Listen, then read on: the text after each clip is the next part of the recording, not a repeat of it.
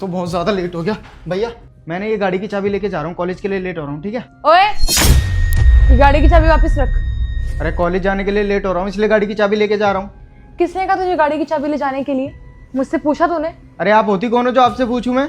मैंने अपने भाई से पूछ लिया ना, काफी है इतना। तेरे भाई की ना गर्लफ्रेंड हूँ मैं, और हमें भी क्लब जाना है, तो अपने लिए रिक्शा पकड़ और जा यहाँ से। गाड़ी की चाबी वापस रख। गर्लफ्रेंड हो आप, वाइफ नहीं हो जो इतना हक जता रही हो। भैया आप कुछ बोलते क्यों नहीं हो, इतना बोल रही है ये? सुशाल, ये किस तरीके से बात कर रहा है तू अपने होने वाली भाभी के साथ?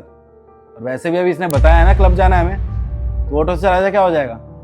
सुन लिया? अब तो तुम्हारे खुद के भाई ने बोल दिया कि गाड़ी की चाबी यहाँ पर रख दो, तो रख अब गाड़ी की चाबी और जा। रिक्शे मिल जाएंगे बाहर, बहुत होंगे, जा।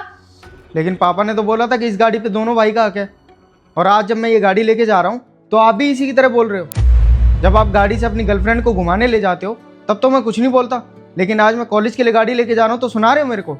क्या है धर्मेंद्र, कैसा भाई है तुम्हारा? इससे बात करने की तमीज नहीं है? बड़ों से कैसे बात करनी चाहिए भी हमें सिखाना पड़ेगा क्या?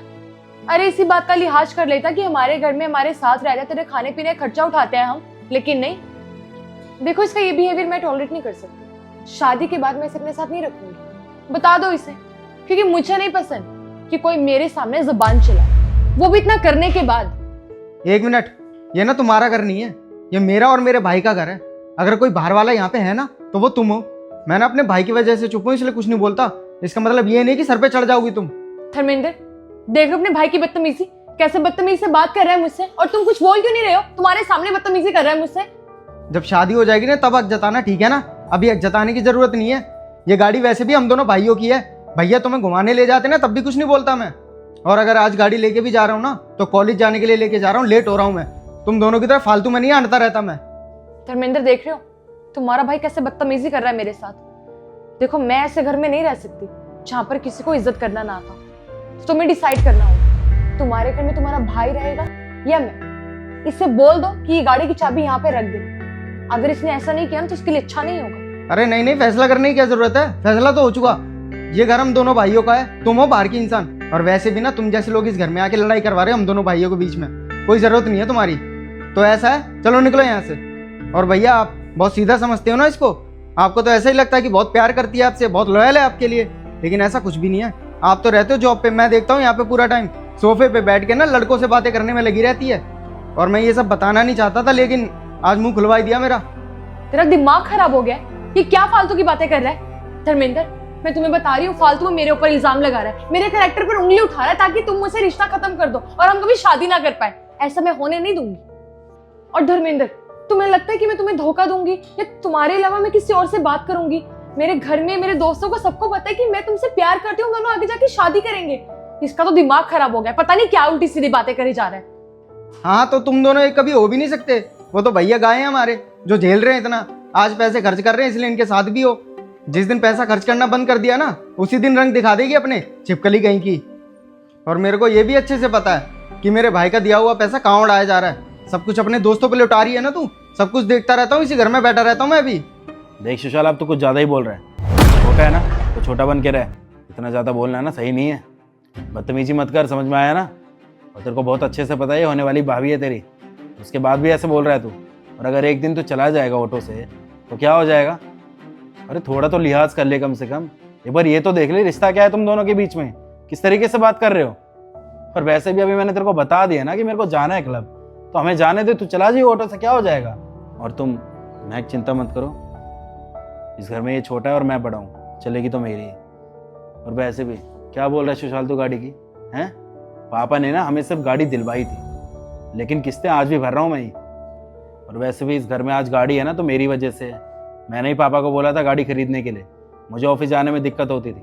वो तो तू भी कभी कभार यूज़ कर लेता तो मैं कुछ कहता नहीं हूँ, ठीक है, क्योंकि तू मेरा भाई है। और तू आज बहस क्यों कर रहा है कि तुझे गाड़ी लेके ही जानी है आज? हैं, हमें काम है, हम जा रहे हैं, उससे क्या हो गया? तेरे को कहीं लेके जाना है क्या? गाड़ी किसी को लेके जाएगा उसमें?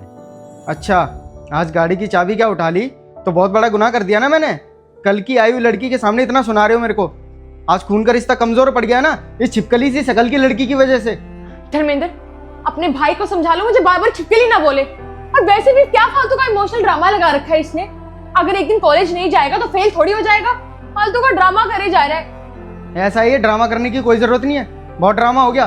अरे गाड़ी की चाबी पे इतना कलेश हो रहा है ना, नहीं चाहिए ये गाड़ी की चाबी, रख लो, नहीं लेके जाऊंगा। जैसे रोज बस से चला जाता हूँ ना, आज भी बस से चला जाऊंगा।